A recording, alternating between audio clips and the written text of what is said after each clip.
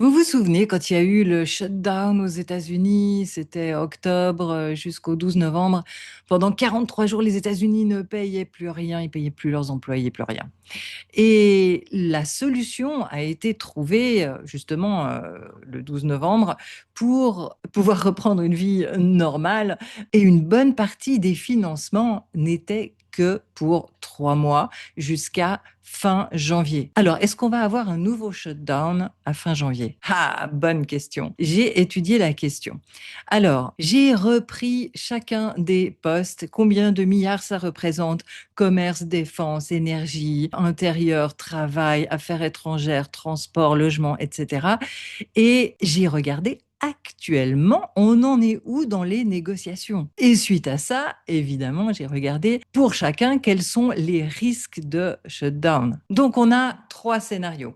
Le plus probable, 60 à 70% de chance, c'est que on va faire une continuing resolution qui permet de prolonger encore une fois les budgets et que du coup, il n'y aura pas de shutdown. Donc, il y aura beaucoup de cris, de hurlements, de menaces, etc. Et ce sera que du vent et au final, il n'y aura pas de shutdown et les marchés seront rassurés. Et donc, probablement, pendant quelques jours, ça va faire beaucoup de bruit, mais finalement, c'est un paix dans l'eau. Ensuite, le deuxième scénario, c'est qu'on ait un shutdown technique qui serait utilisé comme levier politique.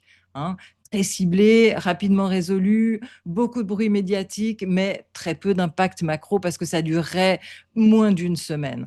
Pour ça, il y a du genre entre 20 et 25% de chance. Et le scénario 3, avec un vrai shutdown dur qui durerait plus d'une semaine, ça, c'est assez peu probable. Le risque existe, hein, mais il est probablement moins de 10%. Et c'est possible seulement s'il y a un blocage total sur Homeland Security et qu'il y a un calcul politique qui est assumé par ceux qui font blocage.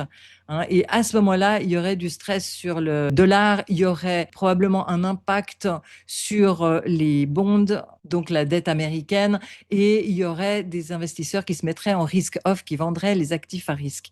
Mais ça, il est assez peu probable que ça se produise. Donc, en résumé, il y aura un moment où ça va faire quelques gros titres et on l'espère, ça ne portera pas vraiment à conséquence sur nos marchés.